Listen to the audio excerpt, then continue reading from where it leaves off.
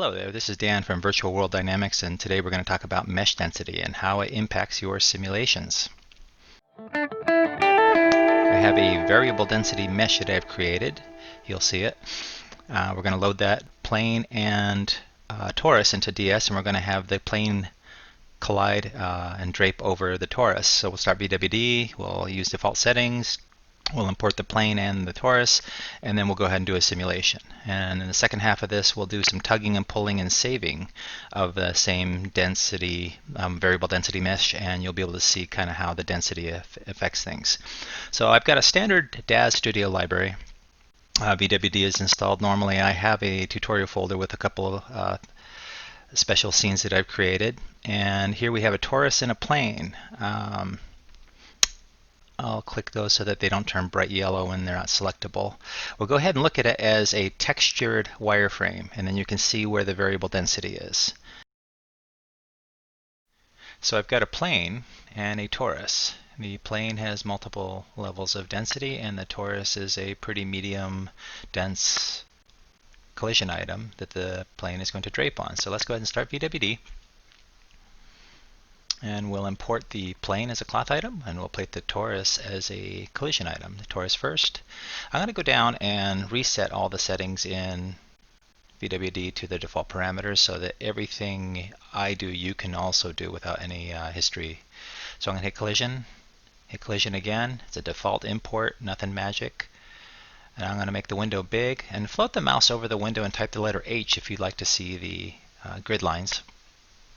And now I'm going to select the cloth item, and I'm going to import it as a cloth item, also using default settings by hitting the cloth button twice, no assistance or anything. Float over the scene viewer, hit the letter H, O for opacity, and A for mesh as well. You can play with those different ones, but H is what I use. Now by hitting this multi-thread, I use my CPU instead of GPU, that little button. And I hit this start static simulation and off it goes.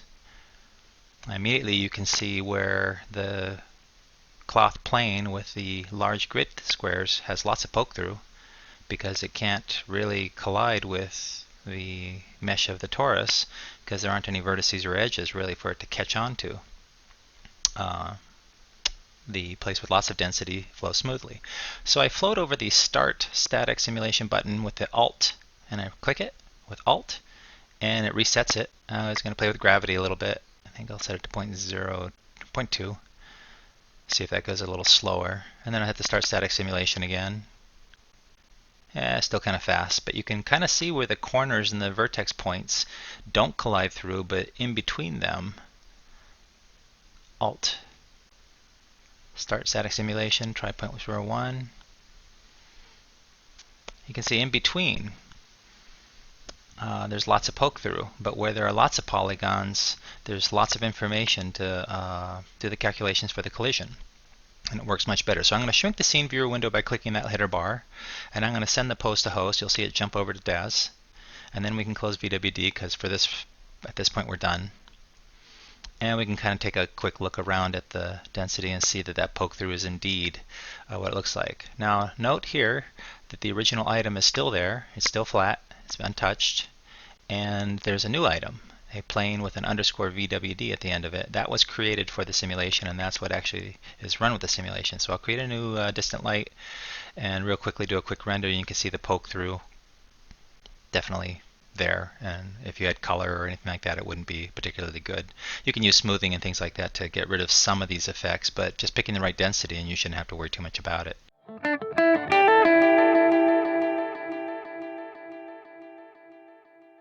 So now we're going to do a little bit of tugging or pulling on a mixed density mesh, and you'll be able to see that the density of the polygons on the mesh have a pretty big effect on how the simulator works. It'll show you a little bit about the dragging and the dragging brush too while we're in here. So I'm going to import the same mixed density mesh, lots of polygons on one corner, not too many on the other corner, and some in-betweens just to get a feel for it. And what we're going to do is we're going to load this right into VWD as a cloth item. It's not really going to collide with anything but the floor.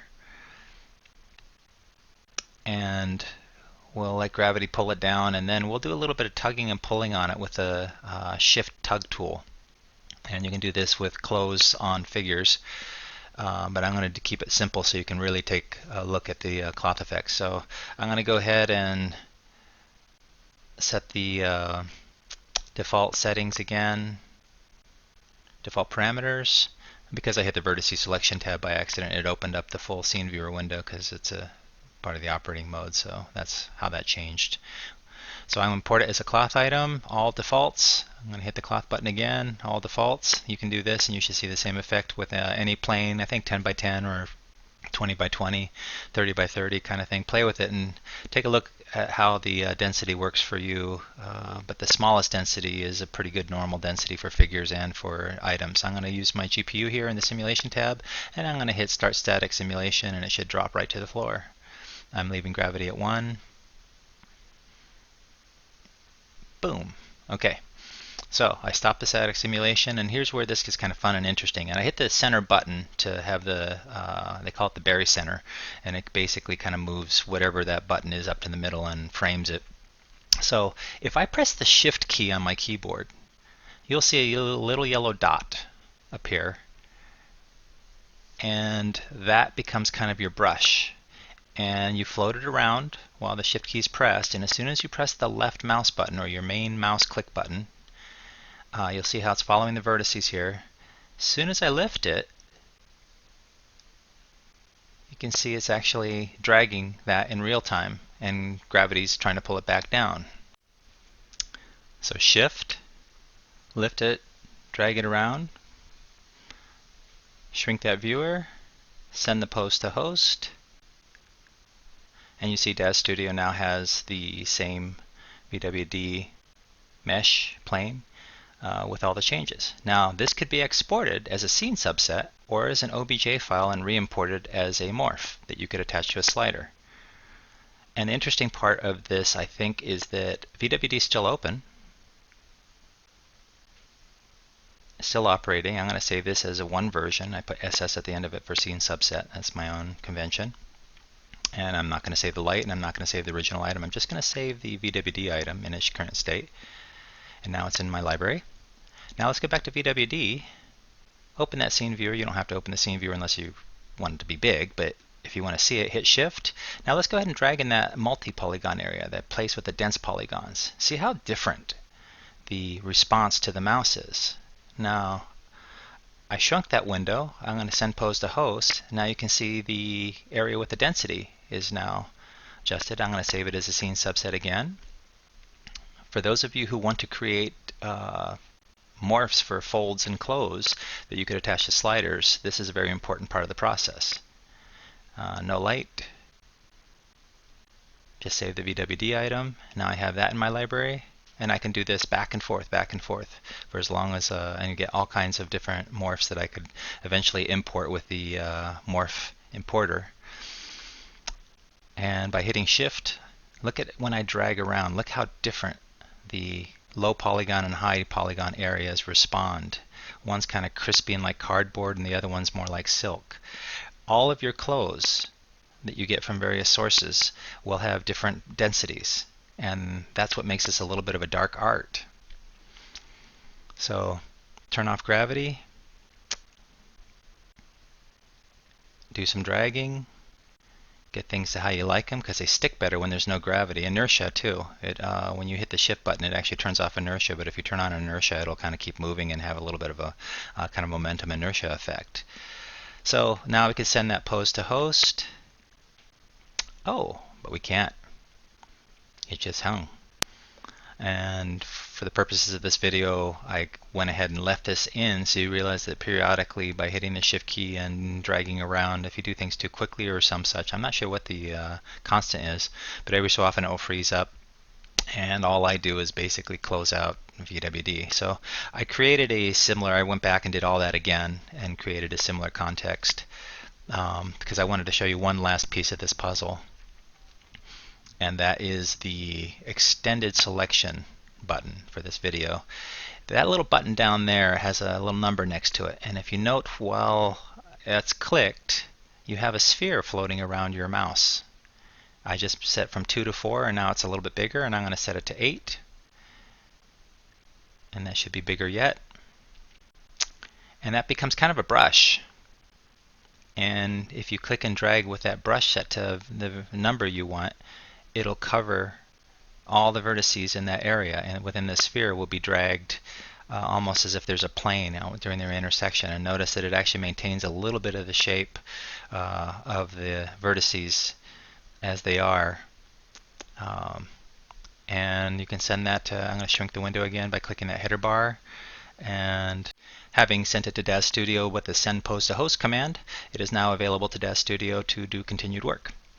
Now the big idea here is the density of your mesh may vary across the items you have. Note that D-Force, a dynamic clothing control from DAZ Studio, the Poser Cloth Room, and Marvelous Designer all have pretty good regular meshes. They tend to be fairly dense, and they tend to be fairly consistent across the mesh, so that working with these items that were designed for dynamic simulation, you'll have really good luck and probably success. But if you happen to buy something on sale, something that was modeled in an older day when polygons were expensive to have around, and the modelers were really efficient, and they would take big areas of, say, a dress or a t-shirt or something and try to save on polygons and decimate it, but the sleeves might have been more dense, you might find that you get some interesting results if you just go with the default. But if you appreciate how the mesh can affect the way the folds work, you can become, I think, more proficient is the best way to put it, at getting the results you want from your simulation. So I hope this helped. Also, a last thought is, go ahead and realize that in DAZ Studio, the new item that's created is by VWD for the actual simulation can be exported as an OBJ after you've saved it as a OBJ file, and can be re-imported and attached to a slider. That's beyond the scope of this particular tutorial, but yes, you can actually set it up so that your clothes and the folds and everything can be saved and attached to sliders in DAZ Studio for sure, and I'm sure Poser does the same thing, because the OBJ file is consistent with the original item, and the changes in vertex position can be imported and set up as a morph and a morph slider. So knowing that, you can develop your own sliders for clothing folds and morphs on hair and other items that you may want to run through either animation manually, or you can find a use, I'm sure. But if you appreciate that these changes that VWD can send back to save can also be re-imported as morphs, and the uses of that are actually pretty infinite, but knowing that, it might help you appreciate what you have in your hands here with VWD and what the tool can do for you. So best of luck. I hope this helped, and we'll see you in the next video.